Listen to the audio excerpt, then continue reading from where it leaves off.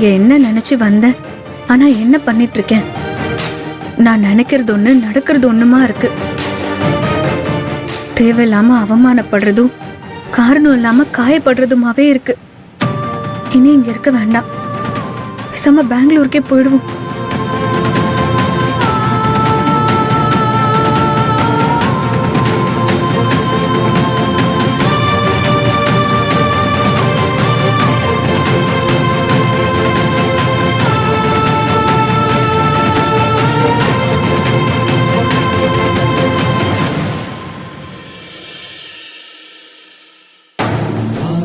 எங்க போனா என் தங்கம்? சூட்கேஸ் எடுத்துட்டு இந்த பக்கம் தான் போனான்னு சொன்னாங்க. ஆளே கனிமே வண்டி கிண்டி பிடிச்சி போயிட்டாளா? கடவுளே, என் பேத்தி என் கண்ணில் காட்டு. கடவுளே,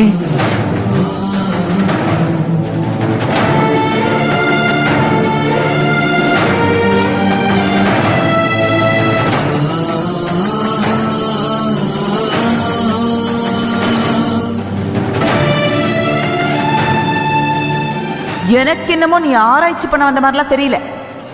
என் குடும்பத்துல என்னமோ பண்றதுக்காக தான் நீ திட்டம் போட்டு வந்திருக்க. அது மட்டும் எனக்கு நல்லாவே தெரியுது.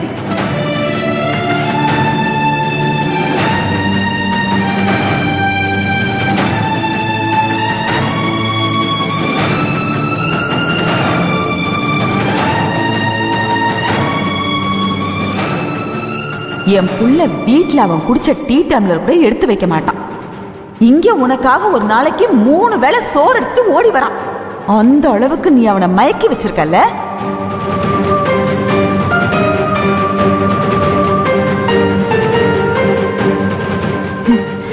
மணி, என் பேத்தி இந்த பக்கம் போனதை பார்த்த?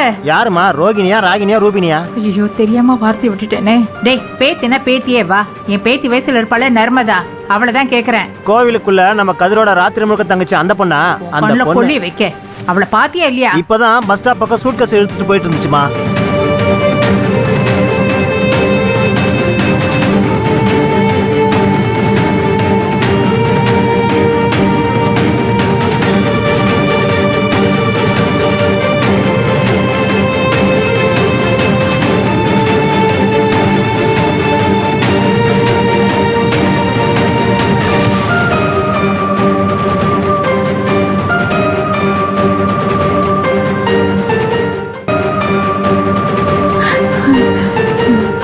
எங்க போன என் தங்கம்?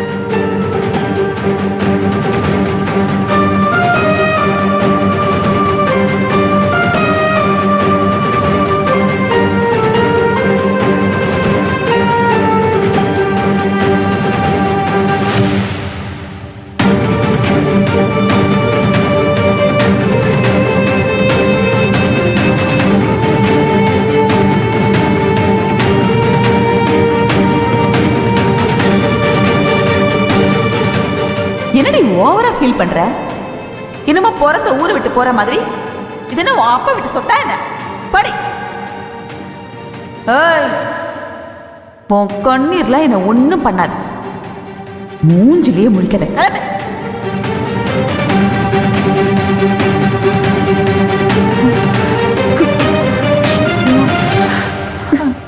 தங்கம், என்னடி பண்ணிட்டு இருக்கிறீங்க?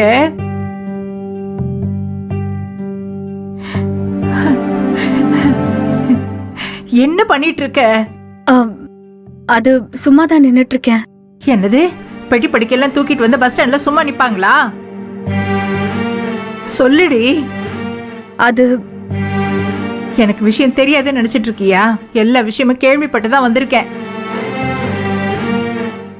ரங்கனா எங்க வீட்டுக்கு வந்து உங்களோட சண்டை போட்டாலாமே, உன்னை வீட்டை விட்டு வெளியே போன்னு சொன்னாலாமே, அதுக்குதான் இப்படி பெட்டி படிக்கெல்லாம் தூக்கிட்டு வந்து நிக்கிறியா? அவ போன்னு சொன்ன நீ போயிடுவியா? இந்த வீட்டுல பாட்டின்னு ஒருத்தர் இருக்கிறத நீ மறந்துட்டியா? அப்படி இல்ல, கல்யாணத்துக்கு சொந்தக்காரங்க எல்லாம் வருவாங்க, அவங்க தங்கறதுக்கு இடம் வேணும்னு அத்தை சொன்னாங்க. அதான்.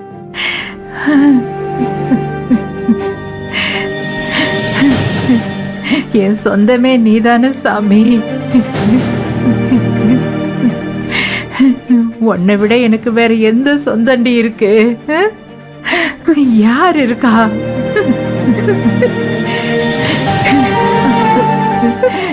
சொல்லு. ரங்கநாய்க்கு உண்மை தெரியல, அதனால நீ சொந்த இல்லைன்னு ஆயிடுமா? நான் பண்ணதும் தப்பு தானே பாட்டி. நம்ம குடும்பத்துக்கு பெரிய கலங்கத்தை உண்டாக்கிட்டல்ல. என்ன இருந்தாலும் நான் பண்ணது தப்பு தானே. நீ என்னம்மா தப்பு பண்ண? நீ என்ன கலங்கத்தை உண்டாக்குன? கோயிலுக்குள்ள ஒரு ராத்திரி முழுக்க நானும் கதிரும் இருந்தது தப்பு தானே. அப்போ எல்லாரும் தப்பா தானே பேசுவாங்க பாட்டி.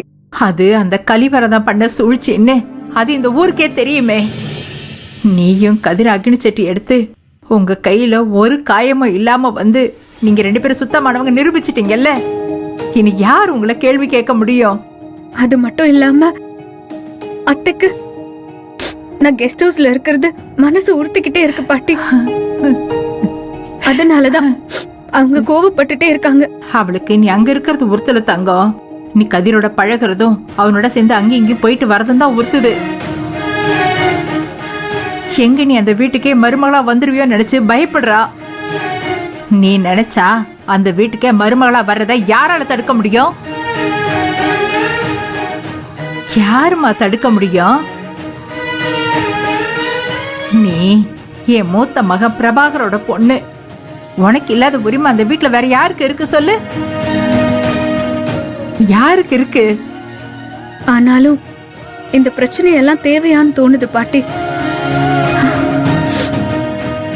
அந்த கெஸ்ட் ஹவுஸ்ல இருந்தா தானே இந்த பிரச்சனையெல்லாம். எங்கேயாவது போறதுன்னு முடிவு பண்ணிட்டேன். ஏமா, நீ இருந்து இந்த கல்யாணத்தை நடத்தி தருவேன்னு எனக்கு சத்தியம் பண்ணி கொடுத்திருக்க. நீ இப்படி எல்லாம் பேசலாமா? இந்த கல்யாணத்துல எத்தனை சிக்கல் இருக்குன்னு உனக்கே தெரியும். நீ இல்லாம எப்படிமா இந்த கல்யாணத்தை நடத்த முடியும்? நீயே சொல்லு. இந்த கல்யாணம் தான் உன் அப்பனை நம்ம குடும்பத்தோட சேர்க்கிற அச்சாரம். நீ அதை மறந்துடாத தங்கம். எனக்கு அது தெரியாதா பாட்டி? நான் போறேன்னு சொன்னா பெங்களூருக்கு போறேன்னு சொல்லல. எங்க காஞ்சிபுரத்துல ஏதாவது லேடிஸ் ஹாஸ்டல்ல ரூம் எடுத்து தங்க போறேன்.